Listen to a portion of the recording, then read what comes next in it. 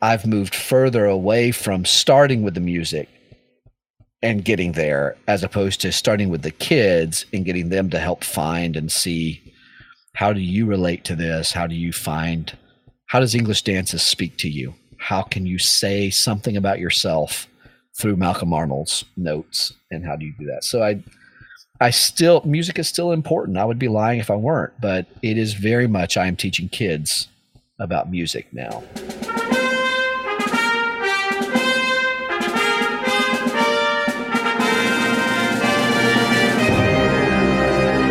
Hello, everyone. Welcome to Everything Band, a podcast that features conversations with composers, conductors, and performers of music for winds and percussion.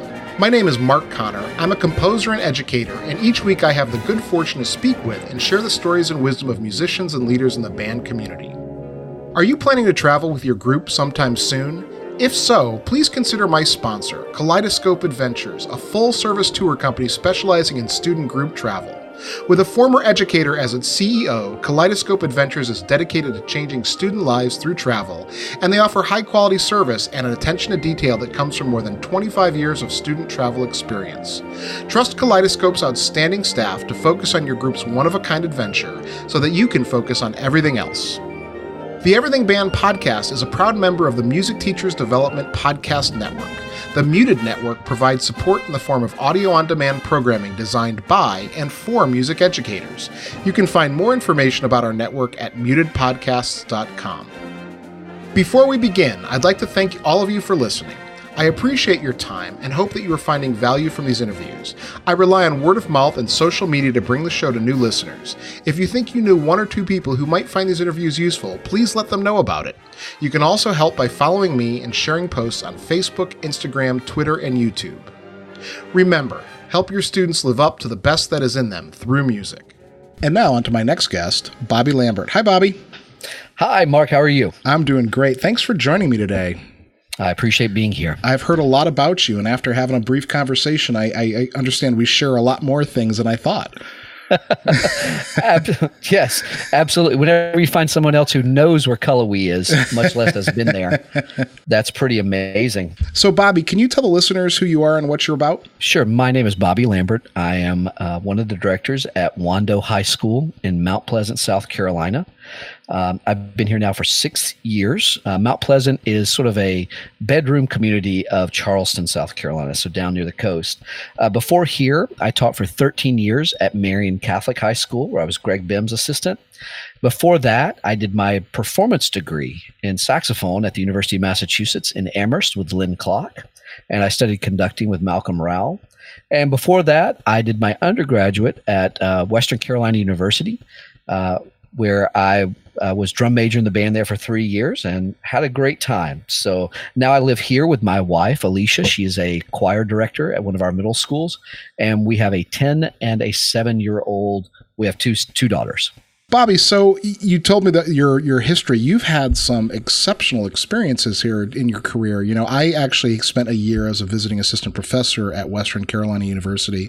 So I know what that's about, and that is a terrific marching band program. Was Bob Buckner the director then? He's the reason that I went to school there, actually. I went to UNC Chapel Hill as a pre-law major right out of high school. I liked band, and I liked what it was about, but I don't know that I understood. This is a strange thing to say, but I think it's more true than not. I didn't understand the musical aspects of band. That's a weird thing to say, but I knew I loved performing. I knew that I loved playing music, but we didn't play a whole lot, unfortunately, in a rural high school band of about 40 people, so the options were limited. So I wasn't too interested in doing that anymore, and I went to UNC Chapel Hill. I was having a great time. I came back in October to a band contest to see my old high school, and stood there having this major realization that I've made a terrible mistake. And literally that day, it's the only time that's ever happened in my life. That day I made the decision I was going to transfer out of Chapel Hill back to Western Carolina University, where Bob Buckner had spoken to me, and I was going to be a band director. And that was it. I'd never had that kind of experience before. But Bob allowed me to come in, and he talked with John West, who was director of bands then, and I did an audition terribly. I can remember when they said, well, why don't you play a few scales? So I played the B flat concert scale. And they said, why don't you play a few others? And I said, what others? And they, oh no, it was pitiful. Remember I said I didn't quite understand the musical side of being a band director, which is bad, but Dr. West was kind enough to take me in and say, okay, if you'll work hard, I'll let you stay. And sure enough, I did. And then I became drum major of the marching band before I was ever a member of the marching band. It was kind of a fluke that Bob trusted me enough to let me do that. But I think my biggest lessons at Western were how to not do things. Here's how you don't prepare for an audition. Here's how you don't become a drum major or leader. And so you can do some really good things when you know how not to do them, even if you don't know exactly how to. So that was my experience at Western, and it was such an eye-opening experience. And Bob took me to Grand Nationals for the first time in 1998. I wasn't even the drum major anymore. I was student teaching, but he was kind enough to let me go. And in the back, I had the fortunate opportunity to meet Greg Bimm with the Marian Catholic Band. So Bob Buckner is if you talk about catalyst for reactions, he is the catalyst for my career. So Bobby, we talked a little bit about you being in school. Let's go all the way back to the beginning and let's rewind this. How did you get into music in the first place? I'm from a very rural town in North Carolina called Toe String. It is part of the Cherokee Indian Reservation. If anybody's ever heard of the casino in Cherokee or whatever, that's the same reservation that my family has always lived on. My dad is part Cherokee. He's an enrolled member of the tribe. So I went to some very rural schools there, Swain County High School and Whittier Elementary. We didn't have a middle school at the time. It was K through 7, 8 through 12. And if I'm perfectly honest, band got me out of math class 2 days a week. And so that sounded like a great thing to me.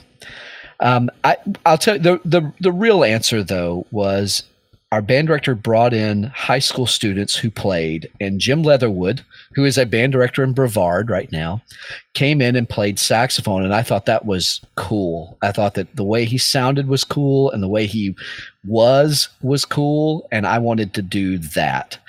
So I signed up for saxophone and went through. I never took lessons until my senior year of high school, and we had a student teacher who came in from Western who said, you've got some real talent in this. Why don't you think about taking lessons? Well, I don't know what that means, but sure.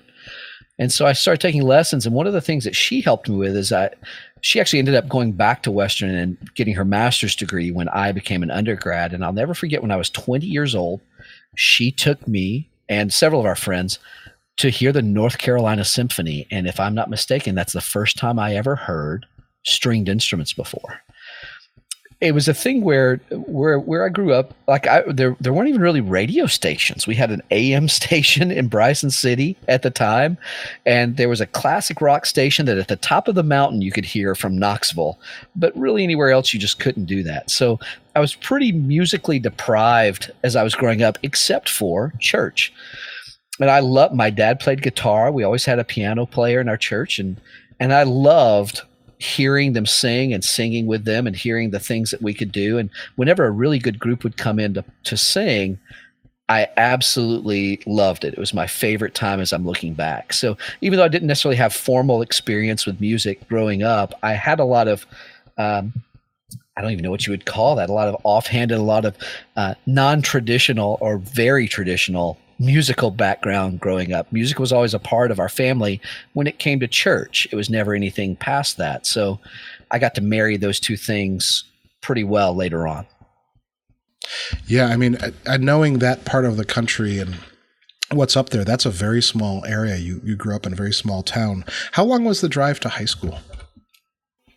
High school was always 45 minutes. Yeah. Yeah. So a lot of your time, I mean, these are challenges to being in band and being a musician. So what was it about music? I mean, when did you kind of I know you talked about about starting over at UNC Chapel Hill, but was there a moment before that where you thought, maybe I want to do this? Maybe I want to be a musician? Well, you know what? I don't know that it ever solidified enough to say I want to do this. I have a very distinct memory. There were 3 different elementary schools that fed the high school. And we started out with, 10 kids in my elementary band, and that went down to 3 people. And I can remember we would do a combined concert with the high school, and they played a chord for the first time that was a good sound. And I do remember it was Chapel Chimes, the little grade 3 or grade 2 piece. And I remember sitting there hearing that, and I can feel that feeling just as clearly as I can feel the chair I'm sitting on right now.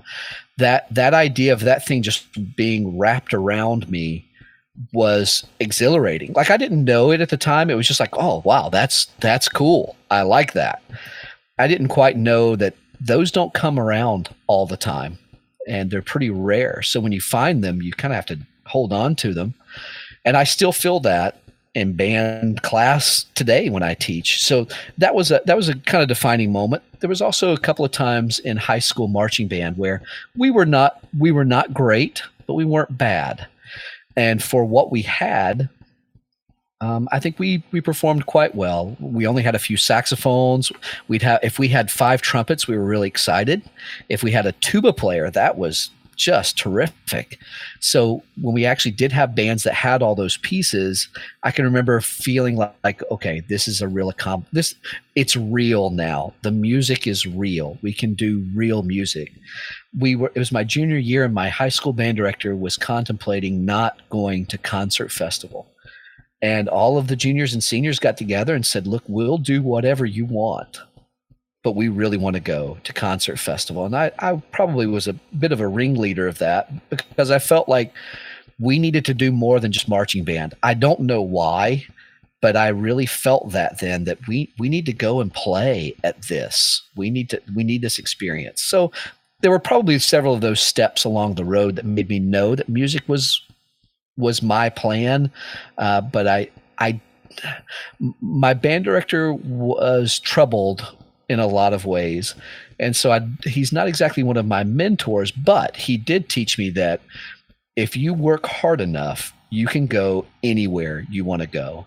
And as any high school kid will tell you, they want to go far from home. They want to go and achieve and get out of home. So band kind of became that ticket for me, even though I had a great childhood and I love going home now. It's just, every 18-year-old wants to go spread their wings. Yeah, I don't know what it is. I always found concert band to be more inspiring as a kid too. In high school, it wasn't the marching band show that made me want to be a musician. It was Irish Tune from County Derry, and it was, the Holst First Suite. Yeah. That's what playing those pieces, that peak moment you get from playing in a concert band is unbelievable to me. There is nothing, you can't say enough about programming great literature. It wasn't until college that I got to play quality pieces. I remember getting to play Lincolnshire Posy the first time. And at first I didn't get it. And I thought, gosh, this is kind of crappy. There's no beat to it. There's no rhythm. I'm having to count crazy. And then I remember hearing it one time in rehearsal, especially the second movement. I was playing soprano sax. It starts on a low B flat. And if you're not careful, that note can just honk out on you. And I remember Dr. West looking at me and saying, that piece cannot have that kind of beginning. It wasn't him telling me that. It was the piece. He was speaking for the piece. And when I saw that really great literature demands that kind of attention to detail, that was kind of a pivotal moment as well. There's a lot of great music that's out there, and the better it is, the more it demands that it is adhered to. Yeah. I always tell people, I didn't know I was going to be a music major till I was a senior in high school, because I moved to a new high school, and the band director, the program for our competition festivals was the Mad Major by Kenneth Alford, Irish Tune, and the Holst First Suite. And that program is exceptional for a high school senior. That's very solid. Yeah. So, I was, the principal trumpet player. And I remember sitting in a rehearsal once and we, played that high C at the end of the Irish tune, when the band's at its loudest. Yep. Mm-hmm. And it's like that peak moment of like, wow, look what we're doing, Right. I remember the first time I got to conduct Irish tune. Greg Bimm had set me up for that really well. He, as a young band director, I remember going to him and saying, I want to do the first pieces I do with the concert band at Marian. I want to be really careful. I want to do things that I know they could knock out of the park. So that's smart. That's exactly what you should be thinking. I said, yeah. So I'm thinking we're going to start with Irish tune from County Derry. And I went through a list. He was like, let's put on the brakes just for a second. And let's talk about Irish tune. What makes you think you can knock that out of the park? I was like, well, it's just half notes and quarter notes. Let's be serious.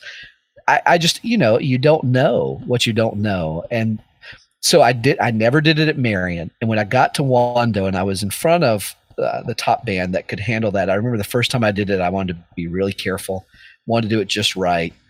And now I've conducted it probably 4 times since then. And it's a joy every time. That's maybe the other sign of great music. You can do it multiple times and find something completely different. I tell that to people all the time. People ask me, don't you ever get tired of Stars and Stripes Forever? No, I don't. It's great every time. Well, the cool thing with Irish tune, if you go back, there isn't a clear, like it is definitely this, or it came just from this tune. You can trace the tune back a long way, and then you can trace the words back a long way. But like so many, things from the medieval and madrigal and all that time, was it secular or was it sacred?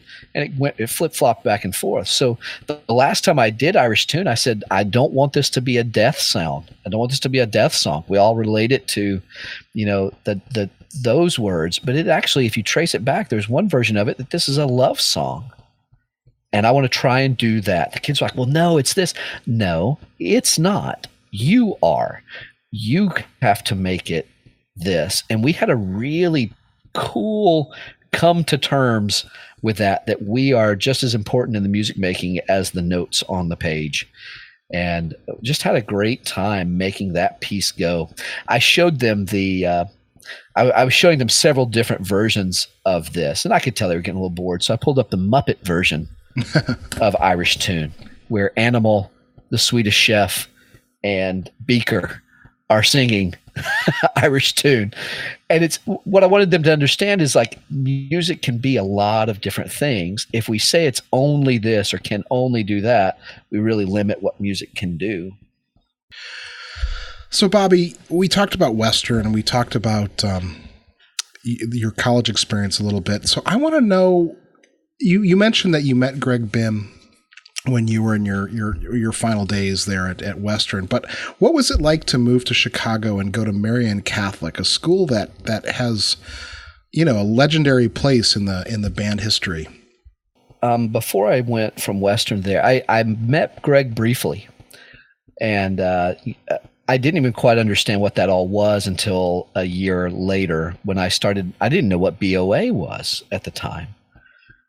And Bob just exposed us to so much at that school. But anyway, the other thing that Bob exposed me to was a gentleman named Lynn Klock. He was the saxophone professor at the University of Massachusetts in Amherst. And Bob took me with him to the summer symposium. He and his wife drove me up there.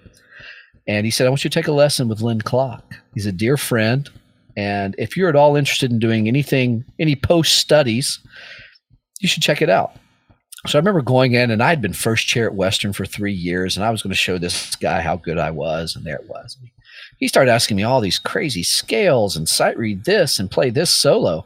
And we get done. I remember saying, well, Mr. Klock, do you think I have any chance of being a grad student at your school? Absolutely not. No way. He said, you right now could barely get in as an undergrad. There's no way you'd be a grad student. I said, well, if I wanted to be, what would I need to do? And he wrote down, I've still got the sheet of paper. He wrote down, you've got to do these 5 things. And you've got to be able to do this. Okay. So I went, and that year, especially while I was student teaching, I practiced like a fiend. I was incredibly driven to at least have that as an option. I thought if a great job came open, I would take it.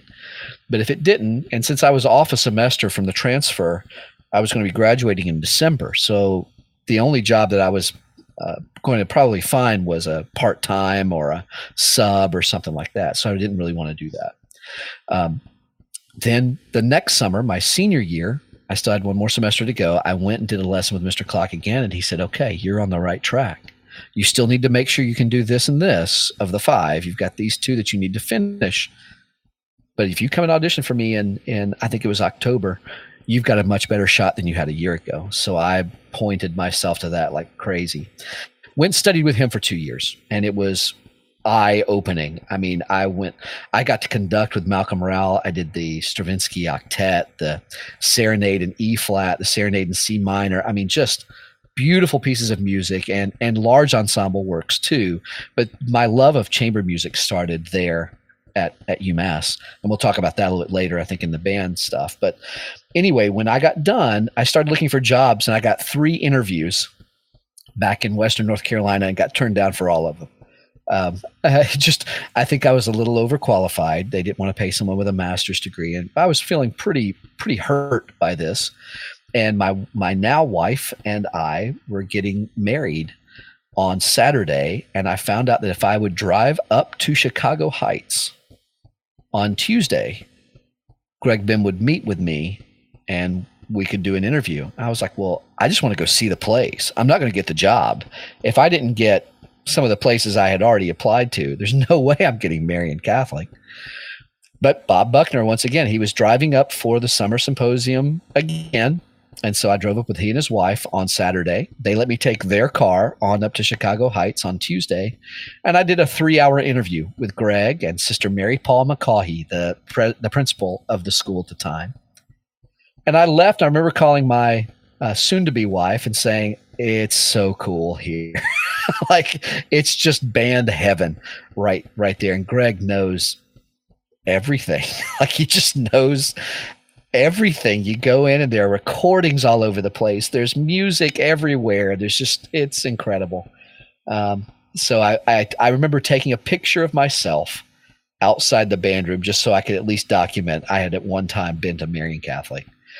Anyway, I came home, and this was before many people had cell phones. And I remember we were at the church doing our rehearsal dinner, and the priest came to the door and said, Bobby, you've got a phone call. What? Here at the church, what's going on? Well, I get there, and Greg said, well, I got the number from your soon-to-be father-in-law, and I wanted to call you. And he talked to me for about 20 minutes before he told me whether I had the job or not. And it's like, okay. And finally he said, well, I'd like for you to come to Marian with me. And it blew my mind. Being at Marian was such a powerful experience. It's a degree, and multiple degrees in and of itself. I mean, you talk about the knowledge that Greg has, that's one thing, and it's incredible. But you talk about the kind of person and the kind of rehearser he is, that's a whole different sort of thing. I've seen Greg go to the absolute limits for a kid that I don't know whether they deserved it or not. But the thing he taught me was every kid deserves it. And you go with them and for them as far as they'll go. And when they make a choice that they don't want you to go anymore, then you stop. But most kids aren't smart enough to make that choice. And so you go with them as far as they'll let you. I can tell the Greg Bimm experience in this one story. It was the first 2 weeks that I was there, and we were in band camp, and they just do a 4-hour-a-day rehearsal. We never did anything more than that. And it was, he said, okay, why don't you take the kids out and do visual with them? Now, remember, I haven't marched since high school. I didn't do drum corps.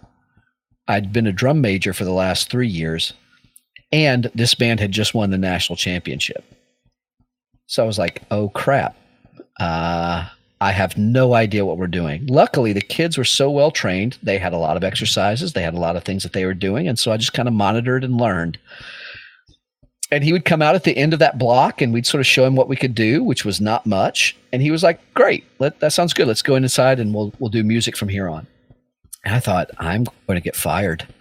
I have no idea what I'm doing. There are drum corps people who know way more about visual than I do, and he's going to let me go. Well, Thursday, we actually we did like a late morning, early afternoon rehearsal. So the kids had lunch in between. And so we'd gone inside, had lunch, and we're coming back out. They were warming up on their own. And I thought, God, we're no better than we were on Monday.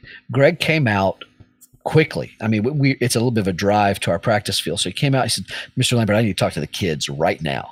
And I thought, okay, here we go. He's going to tell us what we're doing wrong. He's going to fix it. He's going to set us up. He's going to give us a plan. We're going to march great. Here we are. He pulls out a plastic bag, and he takes out from that plastic bag 2 McDonald's paper bags.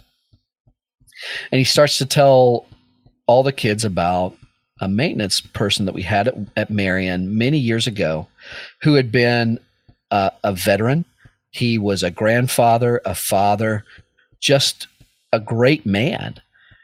And he had worked maintenance. Well, when the new band room was being built, they'd shut down the water on that end. And some of the construction workers had done their bathroom business in the hallway because they didn't want to go outside because it was too cold. And they didn't want to walk down to the other end of the building where the water was turned on. So they just did their business right there in the hallway. And they told this janitor he was the one that had to clean it up.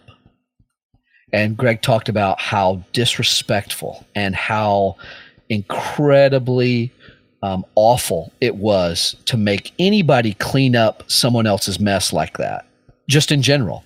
But to do it maliciously and carelessly is even worse. That's what you do, Marian Catholic, when you leave food for other people to have to clean up after you. And we went down a 15-minute diatribe about the meaning of respect, the meaning of care, and the meaning of what our program was about. He put the bags away, got back in his car, and drove inside. And I remember, and the kids were like, okay, we can't do that again. We got to fix that. And they started talking to each other like, that had better not have been you. That had better not have been our section. And I was standing there going like, what in the world just happened? Like, we're the national champion. And we got chewed out because of leaving some trash around. But that was a big moment for me, that none of the winning made any difference in the world to him if the kids weren't great people first. And when I finally figured that out, that if you can make great people, the music stuff will tend to follow and great things can happen. You may not win everything you go after, but you create just people that can change the world. 2 thoughts come to mind from that. One is, the little things, the attention to detail. Always creating great people starts with that simple step, that making sure that little thing is taken care of. And the other thing, you and I talked before I started to record about something Jim Croft said to you when you were an undergraduate that also echoes that. Can you share that story for the listeners? Yeah. So when I was at Western, Jim Croft, who was the director of bands at Florida Florida State for many, many years, and people revered him, and rightly so. I had a class with Dr. Croft.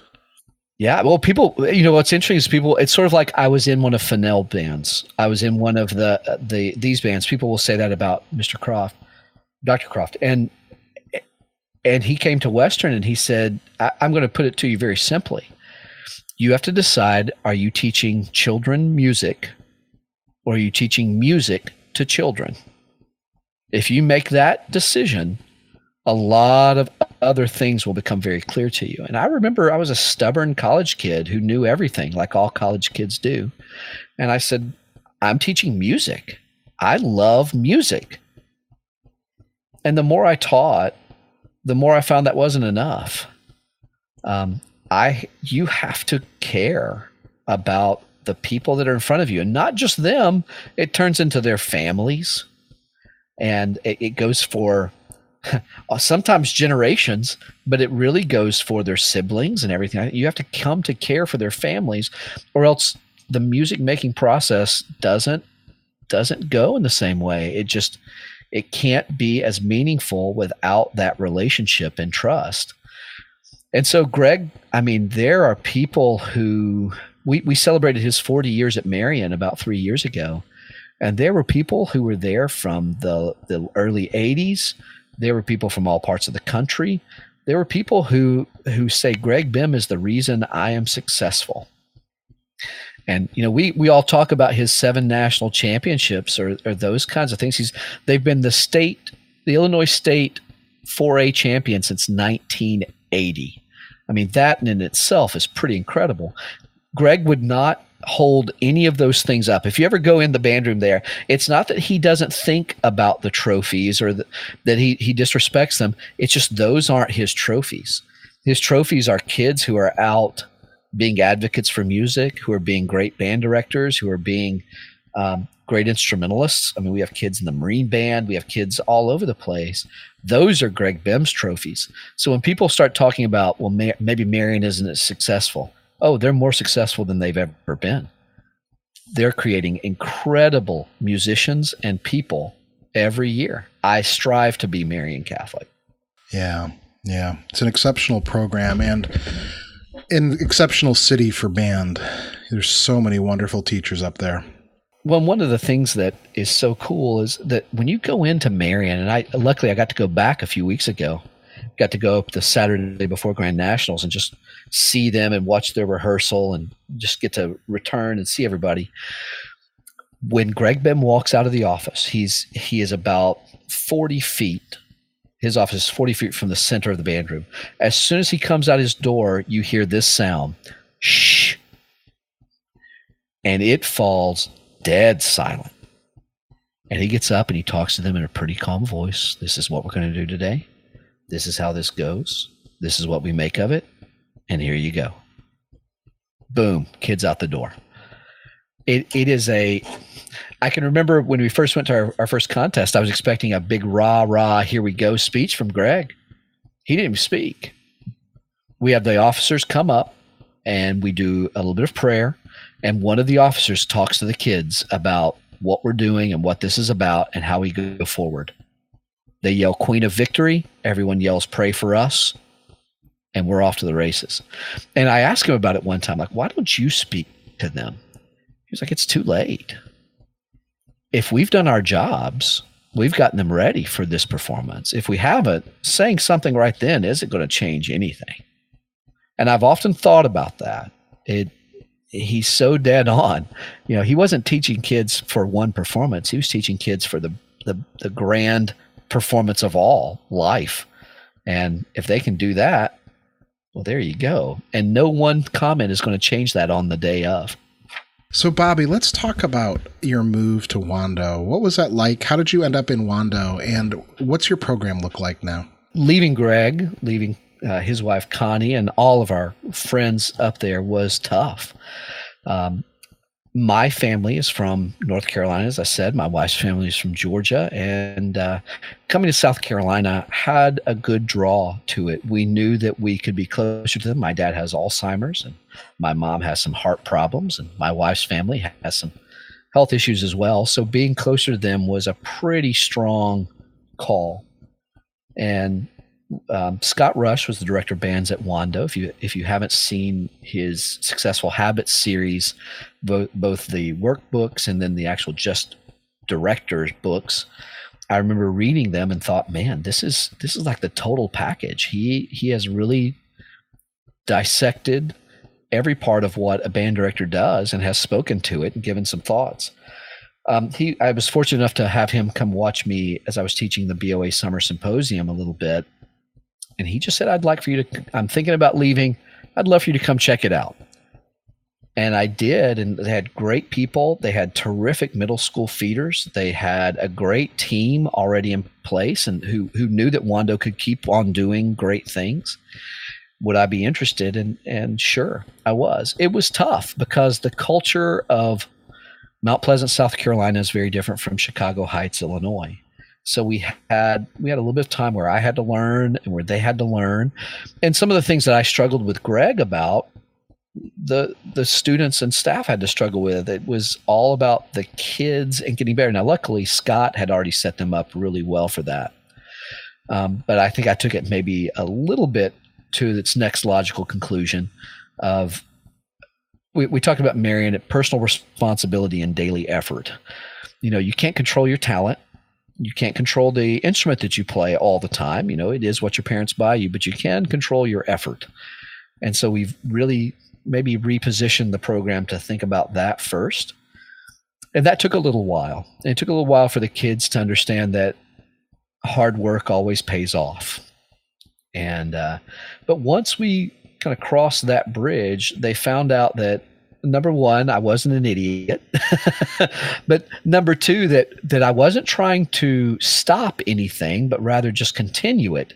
And when they understood the program has to continue to evolve, whether I'm there or Scott's there or not, that made a whole lot of sense to them. I think one of the other things that I did was I tried to empower the staff around me quite a bit. With Greg at Marian, with Scott at Wando, I saw the family and the work-life balance always being tough for especially that head director. I'm not saying that it's ever easy, but I wanted to have something where I wasn't the only linchpin. And I'm not saying that Greg made it that way or that Scott did, but I think traditionally you can see that a lot of programs were built around one person or one personality. And I think churches are kind of like that too. That they're built around one person, one personality sometimes. And when that personality is gone or compromised due to illness, a lot of things can fall through. I wanted to make sure that when we built this, that was not the case, or there was a redundancy that was there. So no one person controlled all aspects of one thing. Now, that sounds good, but the real truth is, too, I was scared that I didn't know all the answers. So I figured the more people that I put in charge of things and helping me with it, the more likely I was going to be correct. So that was kind of where we began. And Wando has always had strong concert bands. I think that we upped our attention to detail when it came to the marching band. We actually have the same rehearsal schedule that we had before, but by about 30 minutes. And that we did for the physical rigors. We have somebody from Marching Health who came in and designed a physical workout for us to do. But our rehearsal schedule is the same as it was 7 years ago. But I think we've learned how to be a lot more efficient. And it's not just the staff who's intentional about getting better. It's the students that are intentional about getting things better too. Hey there, everyone. My name is Ann Molesky, and I'm the host of the Anna Krusik Podcast, another podcast in the Muted Network. It's my mission to help music teachers be more purposeful, sequential, and joyful in each and everything they do as teacher musicians.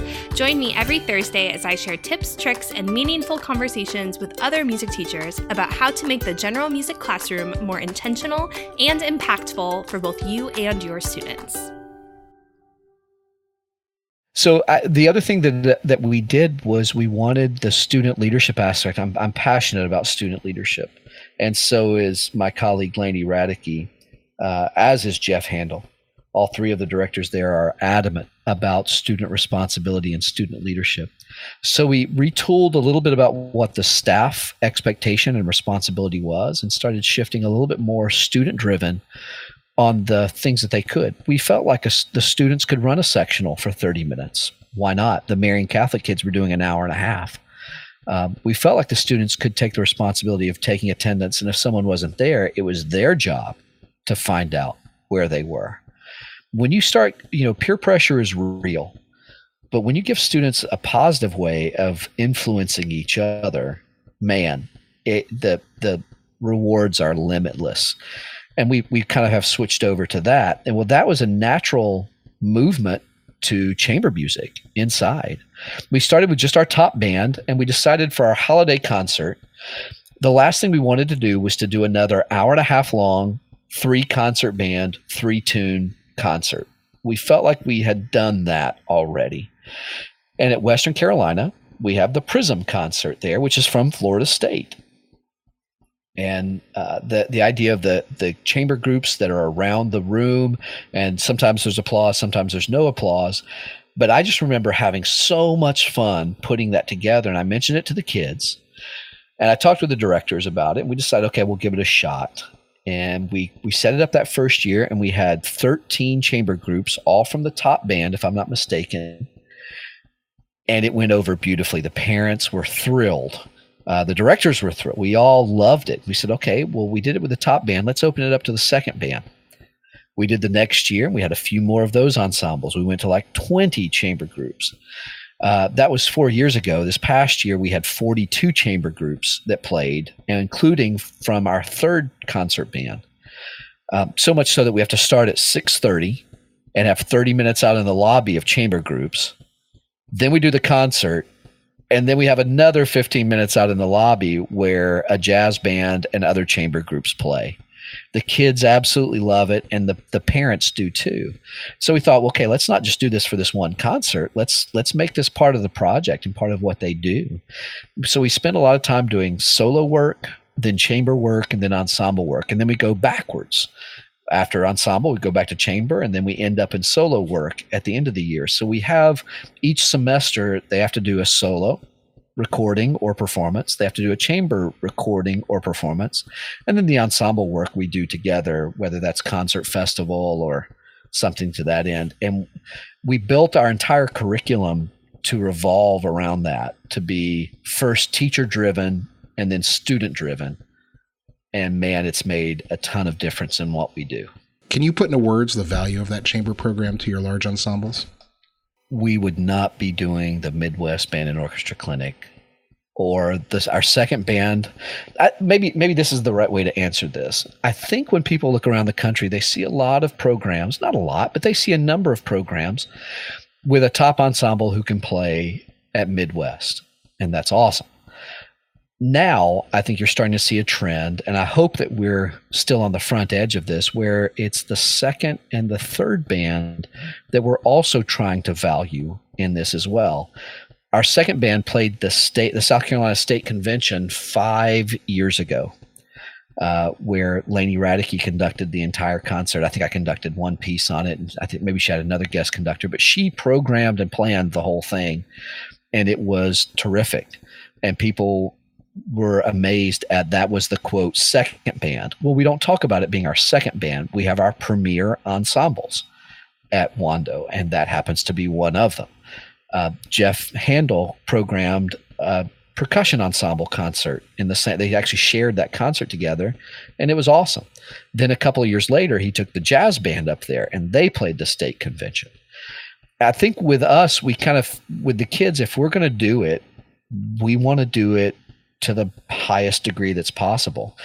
They took that from that chamber music experience. What started as a holiday concert fill-in has become more of a philosophy of our program. If you can't, one of the big questions that I ask at the end of each chamber cycle is, how many of you had someone come unprepared to a rehearsal?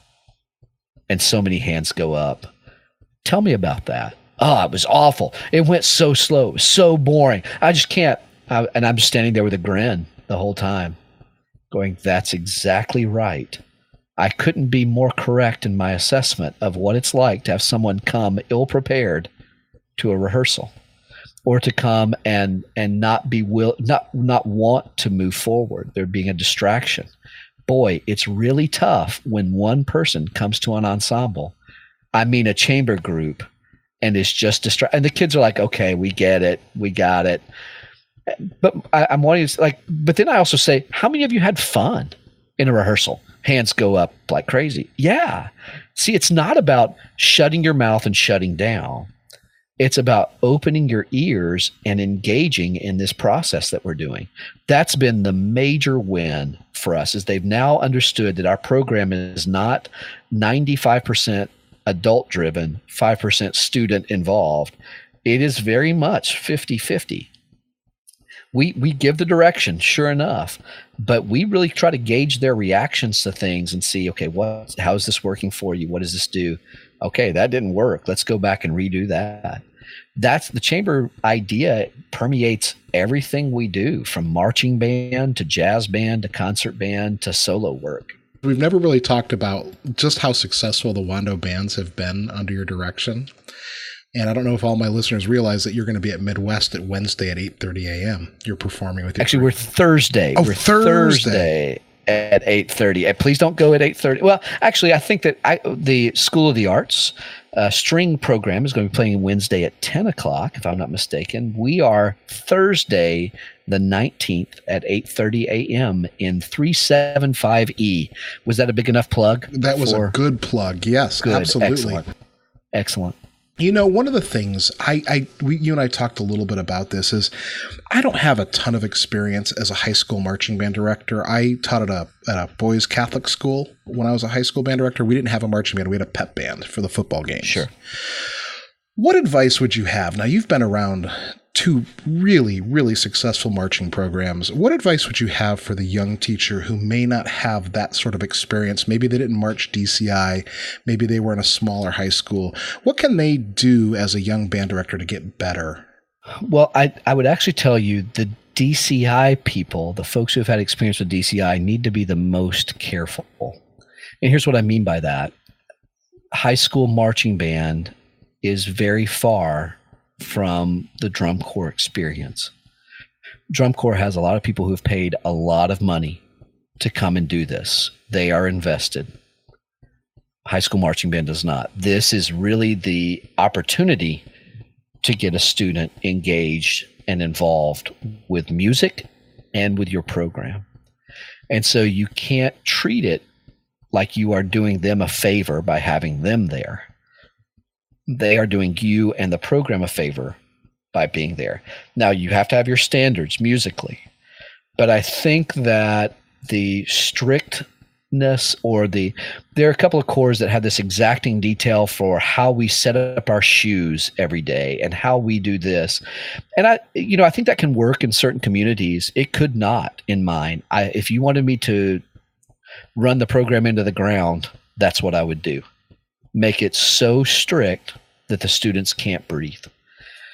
So I think that my DCI folks have to be the most careful to not run it like their drum corps. For everybody, the best thing that you can do is to go and watch others rehearse early in the season. That's where folks want to come in and watch us when we're going on Grand Nationals. Oh, we're done. That's like me asking somebody, like, I want to come and watch you cook the turkey dinner, and they eat at 4:00 and I come in at 3:50. Yeah, you see it pulled out of the oven. Yeah, and you're like, oh God, that's easy. I can do that. No, I want to see you when you're pulling parts out in the sink of the turkey itself. Like when you're doing that dirty work, that's where it happens. The folks from Morton, Illinois band came up to Marian to watch us, and they were so brilliant about it. They came up.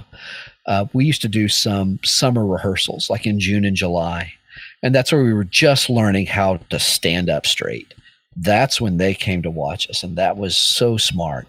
Go and watch folks early in the season. Number one, you'll find everyone's terrible the first week. Everyone is terrible. The second thing that you find is the ones that kids are smiling and learning is much more likely to be successful than those where the kids are just brutal to each other, or it's brutal on them, or whatever. When you see smiles, chances are good this is going to go well. Now, that's a little bit of a loose interpretation, but when the kids are enjoying what they're doing, it's pretty powerful. There's a statement that we use at Wando. We use it in our summer camps all the time. Nobody cares how much you know unless they know how much you care. With Greg Bimm, you can feel that from about 2 minutes into the first conversation with him. And when he talks to the kids, you get that really fast. I hope it's the same with me. So you will make the band better if you can show them ways that you care about them more. I know that you're expecting me to say, well, if you go and spend this much time watching Blue Devils 8 to 5 technique and go to Blue Coats and listen for this. Yeah, like all of that is true. We can say that in our concert bands too. Like, could my horns play in tune more? Yeah, you know what? The fingering on the D is really bad. You may have to use an alternate fingering on D. Just use third valve. I mean, like, those are all true. But those pivotal decisions are the ones that the details can come later. If you as a director can figure out how do they show the kids that they care, and how do the kids reciprocate that? The kids show that they care by working hard. You show that you care by giving them the best experience and information. So go and find who that is. The other thing I would tell you is, I don't care if it's concert band, I don't care if it's solo work or marching band, find somebody who's really good at that and ask them to come in. Yeah, that's a hard thing for a lot of people. You know, I it's so weird because I do, you're exactly right. I think a lot of people really shy away from that. I don't. I love it. And I'll tell you, we have Jim Keene, who's director emeritus from the University of Illinois, who is brutal. We're doing Sacred Harp by Jay Bocook. We're doing the third movement. And there's a place that calls for washboard or metal guiro. Mm-hmm. Well, I was like, by gosh, we're going to do this right. We're doing washboard. So Jeff Handel, my percussion instructor, happened to have one. So we're doing washboard. And instead of what I thought he was going to say, I thought he was going to say, wow, how authentic, you have the washboard. He goes, no, that washboard is wrong. Try a metal beater on that. So we went over and got a triangle beater. Nope, that's wrong. That washboard is too small. It's going to compete with the xylophone right here. Jim Keene is brutal. His ears are just impeccable. But after he has come in and listened to us a few times, there is no performance that scares me. Yeah. That's the kind of thing. I need to have that happen with my group, with my kids. Yeah, that we set the kids up, and they're very used to him now, but they know that, like, he is going to be unforgiving with each of the things. And I'm not saying that that's what they need every day, but performances are pretty unforgiving, aren't they? Recordings are unforgiving. It doesn't stop in the middle and say, well, you know, he got some water in the horn right here, so this doesn't sound quite as... No, that's just what it is. And I think that there's the balance of that with how you care about the kids is huge. So, and them like Mr. Keene has called me out before in front of the kids. And I've said, you're right. I'm sorry. I'll fix it. And when they see me get corrected that way and they know, oh gosh, so that's what you do when something's wrong. You don't throw a temper tantrum. You don't make an excuse. You just say, I see, I'll do it. I'll make it right. It's been very powerful for us. So any young band director, they need to bring people in and they need to go and see. You never will do enough of that. And we all get busy. Believe me, I know. But it's been seminal in creating what we have at Wando really go. I had on my show last year, so I've only been in this 4th through 8th grade position for 2 years. So I had on the podcast a woman in St. Louis named Sister Gail Buckman. Have you ever heard of Sister Gail? I've heard about this before, I think. Sister Gail has been teaching at junior high school band in St. Louis since 1968. Wow. So she has 4th graders. And so I went and visited her in November and I went and watched her band. And, I'm dealing with my beginners, my 4th grade beginners, and they're like, we're November. They're like still learning their first 3 notes. We're trying to get good, characteristic tone, all that stuff. I walked into Sister Gail's room. She has 9 saxophone players. I walk in the back door, the door's in the back of the ensemble. Not one kid turns around. I sit in a chair in the back of the room. They finish their exercise. Sister Gail goes, class, I'd like to introduce you to Mark Connor. He's here to watch us today. Please say hello. They all turn around and say hi. And then they all go back to work. They didn't even flinch when I walked in the door. And then she starts playing, and she's teaching them like 6/8 in like week 11. And I'm watching her going, how on earth, but I couldn't, at that point, it was too late.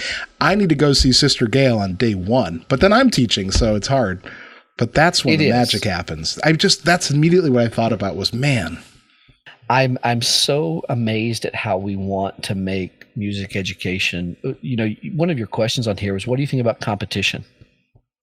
And I've been thinking about that. Where do you draw the line between healthy and unhealthy competition in music? I think you have to be ready to draw it at any minute. Here's what I mean by that. Like, I've seen very healthy interactions between, like, when we're at Grand Nationals and we're standing there among the top 12, there's nobody there going, I hope we kick your butt. I hope we kick their butt. I hope, even with that. Now, I won't lie. Everybody would love to win. Absolutely. For sure. But nobody's necessarily interested in beating someone at that level. However, I've gone to the most rural solo and ensemble experience and seen band directors become vicious about their numbers. In the state of South Carolina, we have what's called the OPA, the Outstanding Performance Award, and you have to get X number of students in all state, X number of superiors at solo and ensemble, X number of, and people will lose their minds about that if it doesn't go their way. So most people would say, oh, marching band is just out of control. Oh, anything can be out of control. I've seen people lose their minds over all state numbers. Bobby, my wife, when we first moved to the St. Louis area, she was asked to do judge a solo and ensemble festival. And now my wife is Eastern European. Like, tears in a lesson is a normal thing, right? Right. Her skin is thick, as you're saying. Yeah, okay, yeah. I mean, she grew up in a very different music education system than you and I did. Let's put it that way. And so, she goes to the training, and then, like, she does the judging. And, like, 2 days later, she's getting all these phone calls and emails because, a 3 is fair. A 2 is good. A 1 is superior. There were no superior players. No. So she was getting should mean something. 3s and 4s, and people are like, she wasn't asked back for like a decade. Oh, I've seen a state where they had, I think the number was something like 62% people got superiors with distinction, which means straight superiors. Okay, that can't be. And then when you added in the excellent, that was 91% of the 360 some bands that performed. I was like, well, okay, if that were true, if that were the case, how many of these are we talking about a couple of places in Texas where they have schools going to Midwest every year or playing at WASB every year? Is this place? No, it's from a state that doesn't always have a strong showing in marching or concert band. It's like, and here's the really crummy thing. I had a band director last year performed at the at a state convention, and we talked about it afterwards. And he was so defeated. It just didn't go nearly as well as he wanted. And I said, okay, what happened? He said, man, I did everything I normally do for my state concert or for my regional concert assessment, and I've gotten nothing but praise from that. And I thought, there it is. There it is. When we have judges that will say that everything is a superior unless it's not, then we're basically damning all of those directors and those kids to lowered expectations. And I don't know any profession that can survive very long with lowered expectations. I see it in higher education too. The grade inflation's out of control. Well, I do like what our district has done. They have asked that in the first 9 weeks that you not give someone anything below a 70 without the opportunity to make it up. Their thought behind that is if you tank them in the first 9 weeks, why should they try after that point? Right. And there are extenuating circumstances. Absolutely. So I very much agree with that. And, when I think about myself, am I perfect every day at my work? Am I killing it with all the things that I have to do? No. So if a kid gets a 0, you do damage them. But I think the 0 is still important. You didn't do it. But here's the way that you can fix that. As with all things, we have to be able to make amends about something. And, sometimes it's just, I'm sorry. And you have to decide to forgive me or not. But that's a bigger conversation for another time. Anyway, all that to finish with, competition is everywhere. And the more, instead of trying to avoid it, because I don't think that's the answer either. And that was one of the things that I maybe disagreed a little bit with Dr. Croft about. I know there's some people that were like, we'll never do it. And I think that at that time, especially, it was even in a worse place than it is now. I think the bigger thing is trying to teach kids, here's how to deal with that in a healthy way. It's not bringing a gun to school. I'll tell you this, Mark. This is one of the best lessons I've ever done. I'm not trying to boast about that. I'm just saying this is one I'm most proud of. We do a 2-day lesson about failure. And the first statement that I write on the board is failure is necessary. And I ask the kids, true or false? And their first inclination is, they're like, well, we know what he's asking, so we're going to give the right answers. I'm like, no. If you really believed failure was necessary, the next time you get a 0 on something, you'll say, man, I deserve that.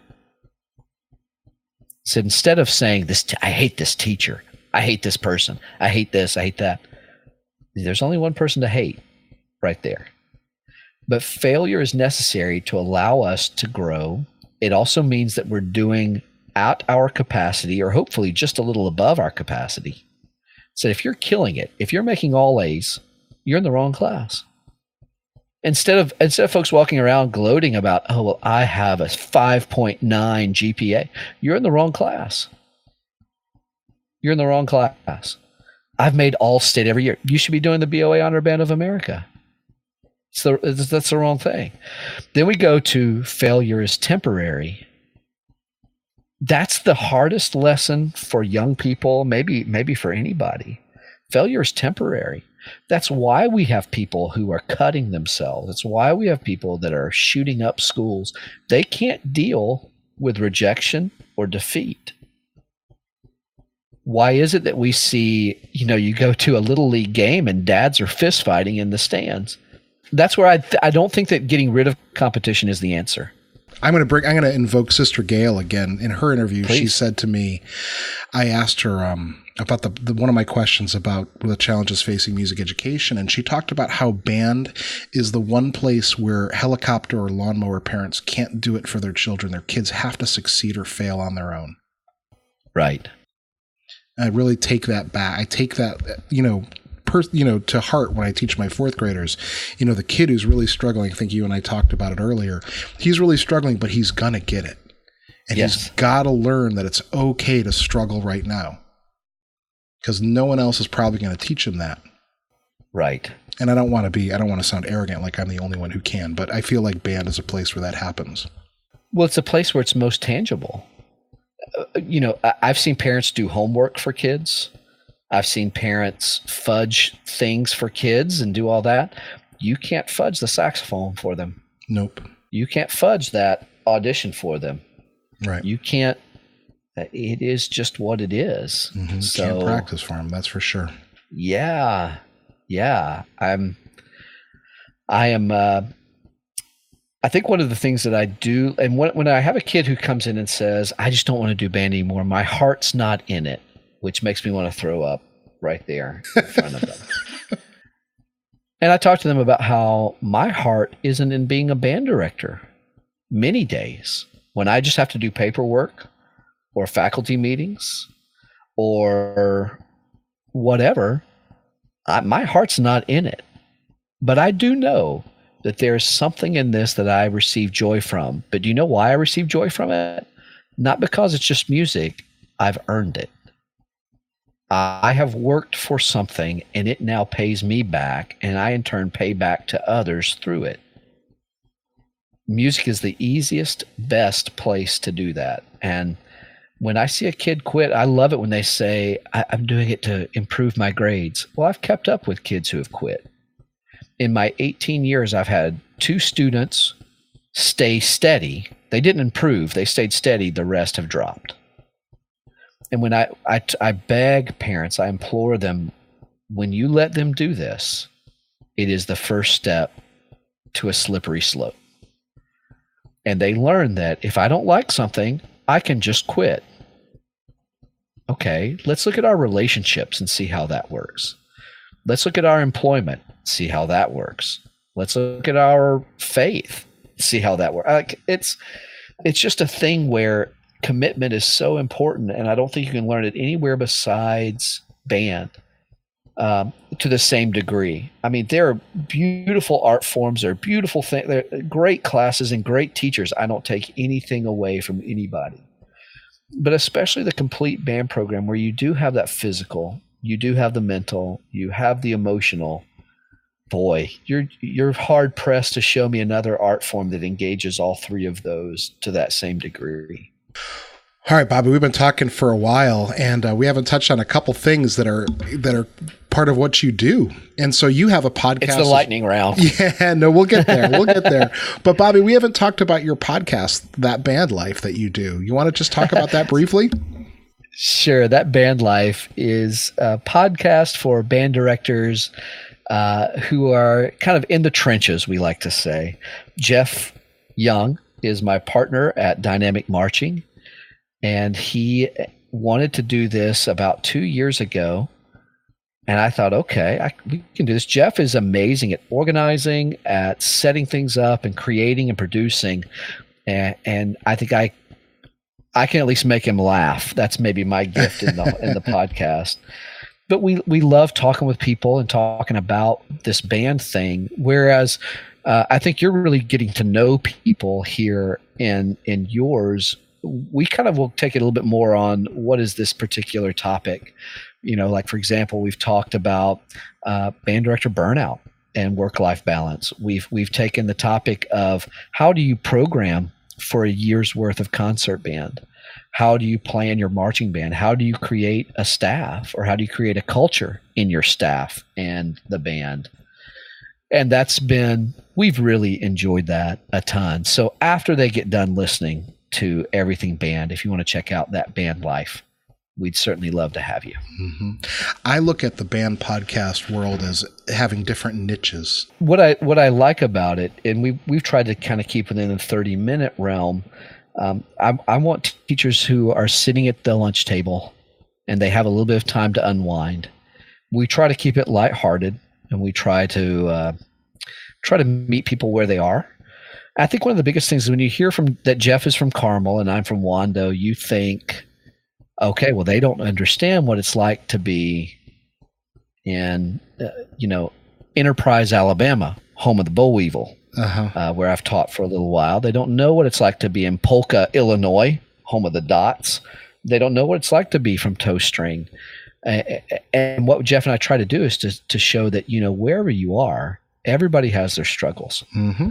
Each thing, you said this earlier. You said, I think when people look at stuff, they think, oh, if I only had those resources, right, the band would be better. Well, there is some truth to that, but I can tell you that having all those resources is not a guarantee that the program will be successful. I know plenty of programs that spend hundreds of thousands of dollars, and the kids do not play as well as they should.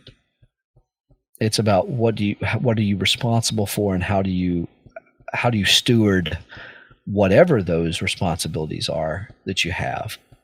I like talking with band directors because we all know that we're a little bit crazy, that you have to be a little senile to do what we do as hard as we do.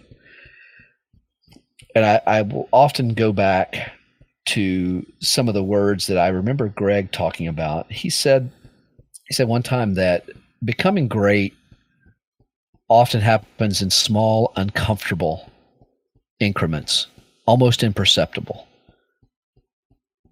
But you go forth thinking or with the knowledge that you are indeed heading to that. So when you are most uncomfortable in the job, that probably means that you're growing a good bit. And while none of us is real, for me, angry parents are the most uncomfortable thing that I deal with. But I know that over the years, I've gotten infinitely better at dealing with those because I've had to. And it's taught me more about people and kids. I've become a better parent dealing with bad parents. Mm-hmm. So I think if I had a closing thought for any of this is that we're all moving closer to being great. but it's often in small, maybe imperceivable, uncomfortable increments that we all have to trust that it's going somewhere. And you know how you find out you've made it? A kid comes back and says, I don't know if you remember me or not, but I was in this class or I was in this band, and I thought about killing myself at some point. You said something that made me change. Or I thought about running away from home one time, and you said something that made me decide to stay. Or you said something one time that made me fall in love with music. And while I know those are too few and far between, they are completely priceless when they do happen. And they will. They will. Yeah, you said it. You said it's not the resources. The resource, the most important resource in the band room is you, the band director.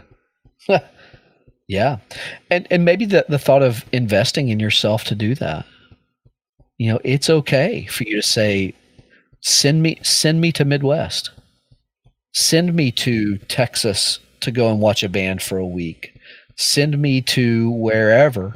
Find that place that you think is great and go there and see. You'll find some things are not great. And then you'll find like, oh my gosh, I didn't realize how simple that would be. But if you come back and make 3 things better, the program will change quickly. Okay, let me ask you. So, Bobby, how you've told me before we started recording that you had some experience with commissions just recently. Yeah, I had never done that before, but being around Mr. Battisti up around New England Conservatory, he came and worked at UMass for a semester, and Malcolm Rao and Steve Steele at Illinois State University and Jim Keen. Everyone had talked about some of their most important moments were commissions. And some of their proudest moments came from commissioning, and I had not done it before. So this year I decided it's going to happen. And I've been listening to composers who I felt like had a voice that I wanted to hear more of. And immediately I thought of 2 people, Aaron Perrine. If you haven't heard of Pale on Blue or Afterlife, they just gorgeous, haunting melodies that make you feel 20 different emotions all at once. I wanted to see what he could do on a grade 2 piece, and he wrote a piece for us called Life Painting that I think is just gorgeous, that I hope people are going to really enjoy. He actually has the percussion section. We actually bring 3 percussionists and the pianist in front, and they play a snare drum, a tam-tam, and a suspended cymbal with brushes to create that sound and that idea of painting. And it's really cool. And then the other composer is actually a dear friend of ours at Wando. He's the band director at Somerville High School, Leslie Gilreath.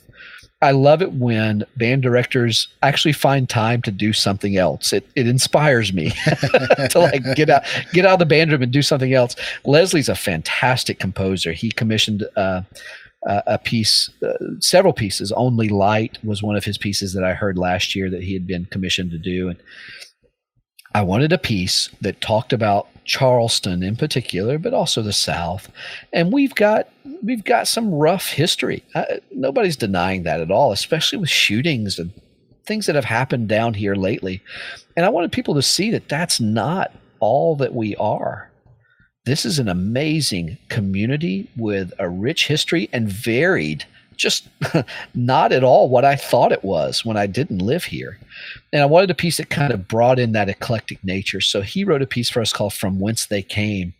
We have the Gullah people here in South Carolina, especially on the coast. They run the gambit of the coast of the North Carolinas and a little bit of Georgia too. And it's a group of African Americans that can have ties even to indigenous peoples and to African slaves and freed slaves. And it's incredible. The dialect is very unique, and their music is just really cool. The history is amazing. And I wanted something that kind of brought that to life. And Mount Pleasant in particular used to be a good stopping point for African American jazz artists who were traveling from New York to Florida. They couldn't stay anywhere else when they got into the South. But Mount Pleasant had a freed black town, and it had an amphitheater, had a jazz club. I mean, just incredible resources that were there that that these folks like Miles Davis stopped here and played, and it was for room and board. You put on a concert. I couldn't believe that. Like, no wonder we have such a rich history in jazz here in Mount Pleasant and in Charleston particularly. So I wanted a piece that spoke to that, and he delivered in spades. He created a piece that is riveting, joyous, and emotionally taxing. By the time you're done with that piece, I want people to be like, I'm exhausted. Good. I think about Music for Prague, and every time I hear that, it is so real that it's exhausting to just hear it. I want people to feel that a little bit of this one too. So the commission thing, and I think what I was scared of was the price tag. But you'll find that many composers will say, okay, what do you feel comfortable spending? Okay, for that, it's this many minutes at this grade level. Is that acceptable? And I mean, I hate going and buying a car. But at the end of the day, you have X amount of dollars, they have X amount of car, and you try and meet in the middle and find out what that is. The worst case scenario is you go back to the boosters and say, you know what, we're going to have to wait another year, but let's take this money and then double it next year, and we'll have the kind of piece that we want. I think the other thing I was afraid of is I don't know that I will know a composer strong enough or whatever.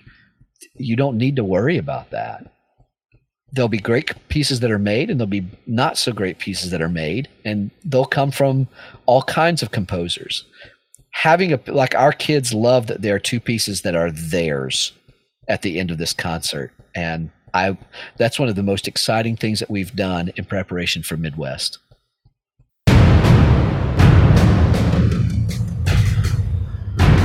Hello, my name is Bryce Adams. I teach band at North Kitsap High School in Paulsbo, Washington. I'm commissioning Garrett Hope to compose a 4-movement suite for grade 3 band. Garrett Hope's music is exciting, it's accessible, the kids love it, it's fun to play. This piece will be inspired by the 4 winds from Greek mythology, each one having different character and style.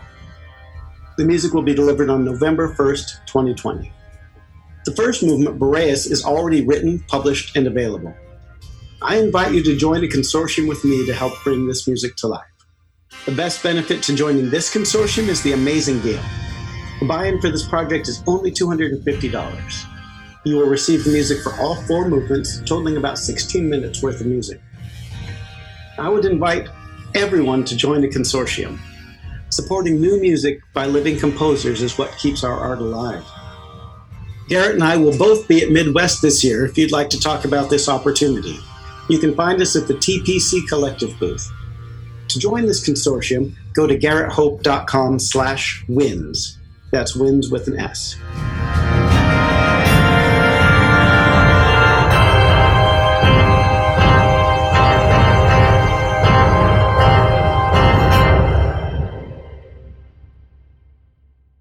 So, Bobby, at the end of all my interviews, I ask a series of big philosophical questions of all my guests. And you kind of answer the first one about where do you draw the line between healthy and unhealthy competition. You spoke on that a little bit.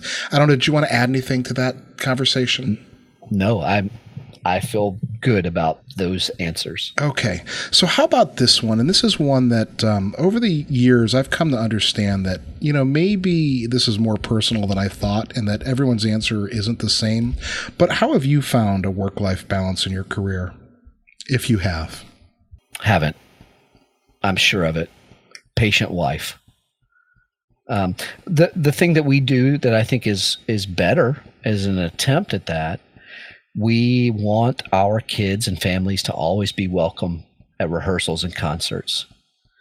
I remember when Lainey's daughter was young, she got very upset in the middle of one of her pieces. And, you know, I could feel the audience kind of like, oh, I can't believe she's that upset or whatever. And you know, taken out. But I came back to the podium, and I think Lainey was a little embarrassed too, but I was like, this is life, everybody. You can either have us with our kids, or you can have someone else. And it's that simple. So now Lainey will often bring her daughter, Vivian, to the warm-up every marching rehearsal from about 5 o'clock to 6 o'clock. Vivian is with us. My girls have hung out with us at a football game. Our colleague Jeff Handel, his daughters have been with us at a football game. I never want us to get so serious that we can't have our kids with us for a performance. Now, maybe not Midwest or maybe not Concert Festival, where the adjudication or the evaluation is different, but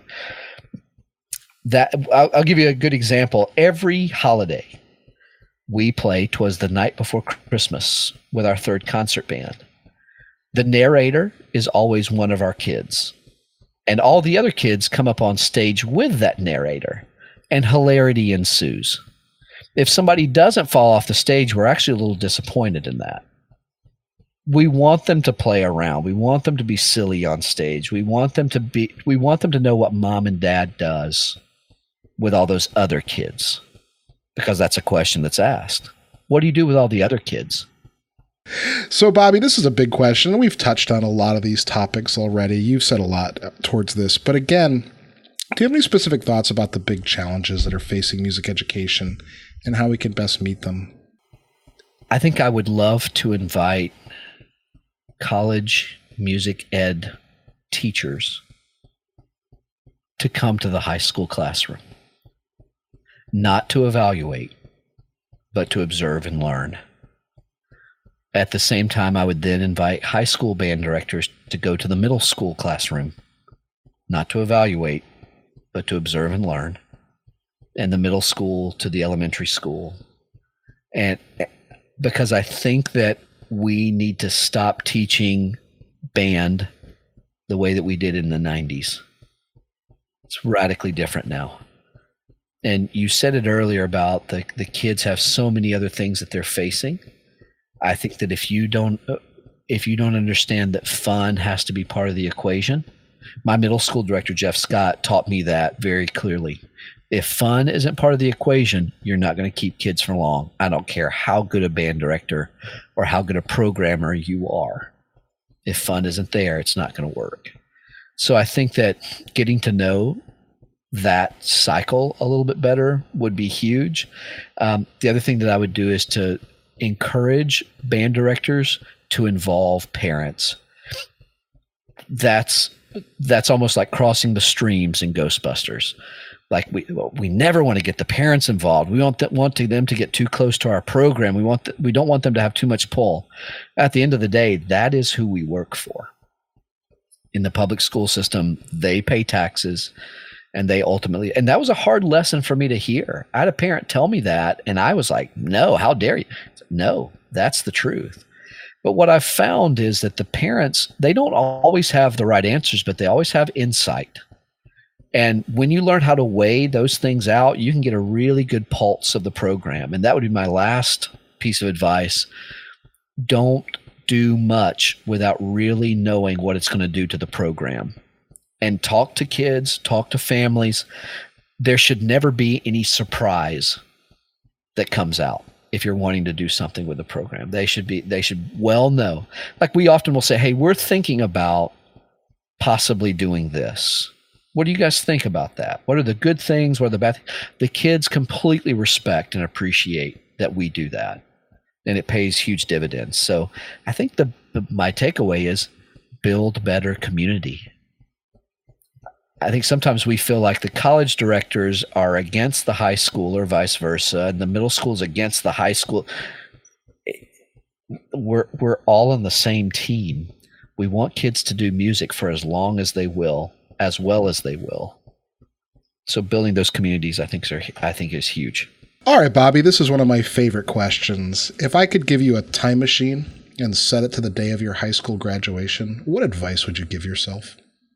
You know what? I don't know that I would. I don't know that I would want anything easier or faster or better. Mm-hmm.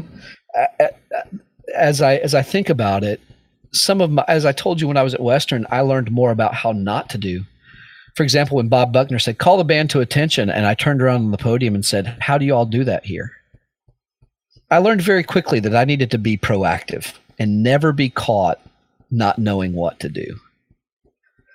So I don't think I would go back and tell myself to do anything differently. I would go back and tell my younger self, hey, it works out really well.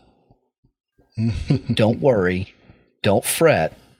It works out better than you could plan. So don't worry about the 10-year plan that everybody keeps talking about. That's bull, because you would have limited yourself had you done that. Just know it works out beautifully. Have faith, shut up from time to time and just listen, and it works out beautifully. If you had a choice, what would be the final work for wind ensemble or band that you would conduct, and why? Okay. I think I do today. The answer to that question is Lincolnshire. And I'll tell you why. There are pieces that sometimes I think actually hit me emotionally a little bit harder than Lincolnshire does. The Persichetti Symphony, that second movement. Oh, holy cow. And my favorite to just listen to, Hindemith. Symphony or Symphonic Metamorphosis. I'm happy with either one. But the Lincolnshire has a real special place because I remember the first time I saw that score, Malcolm Rowell had it out and he asked me to take a look at it. And I remember not knowing how to read it. I didn't understand it. It was my first day really at grad school. And I took it home and I remember thinking, I'll never get this. I'll never get this. And when I performed it with Wando 3 years ago, maybe now 4 years ago, that was the moment when I realized I can do this. I felt like I'd been faking everybody out really well up to that point. But Lincolnshire, pulling that off, I felt like I can be a really good band director now. So that would be the one that if I only had one more shot to conduct, that would be it. All right, Bobby, is there anything, obviously your band is playing at Midwest, so that's something, but is there anything else coming up that you would like to share or promote? Well, we are, like I said, our second concert band, the other premier ensemble, is playing at the BOA Southeastern Regional at Georgia State University in March.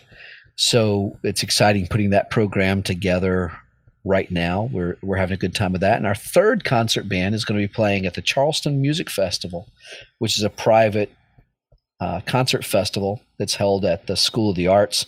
But we have a lot of people from outside Charleston that will come in and perform. It's our first time that we're taking our third band on a trip on its own, and we're pretty excited about that. We're talking about you need to become a premier ensemble as well, and what that means is that you take care of yourself and you take care of your music, and there's nobody else there that is watching our back, and that's pretty exciting. So we're pretty happy about that. I think that for us, of course, this Midwest performance, we have the performance itself at 8:30. Then at 1 o'clock, we're going to go to the Claudia Taylor Johnson concert. All the kids and I are going to pile in there and watch that. And then at 2:30, we're having a reception at our hotel for a lot of South Carolina band directors and other directors who have helped us along the way to kind of say thank you. And we're glad you're here. Not many, we have several South Carolina band directors who this will be their first time. And we wanted to really celebrate that and let them get to know our kids too. This is a big experience for our whole state, so we wanted to make sure that we had that. So those are the things that we have coming up that we're really excited about. Bobby, how can people get in touch with you? Well, I do leadership consulting. I work for about 12 different schools right now doing leadership training for their staff or for them. And I also do just kind of program consulting and all that good stuff. My email address is lambertleadership@gmail.com. Or it can be bobby@dynamicmarching.com. You can find me those places, and that's probably the easiest place you can find me. wandobands.org is where my bio and all that good stuff are. So I look forward to talking to folks. If you ever have a question, let me know. We've got people who come and visit us pretty often. I'd say about once a month we have somebody coming in to watch and hang out. It's very hospitable here in Charleston. Like right now, outside, it's about 70 degrees, and I'm loving it. Bobby, thank you. Thank you, Mark, very much for having me. I really appreciate it. This is a great thing that you're doing, and I hope people enjoy.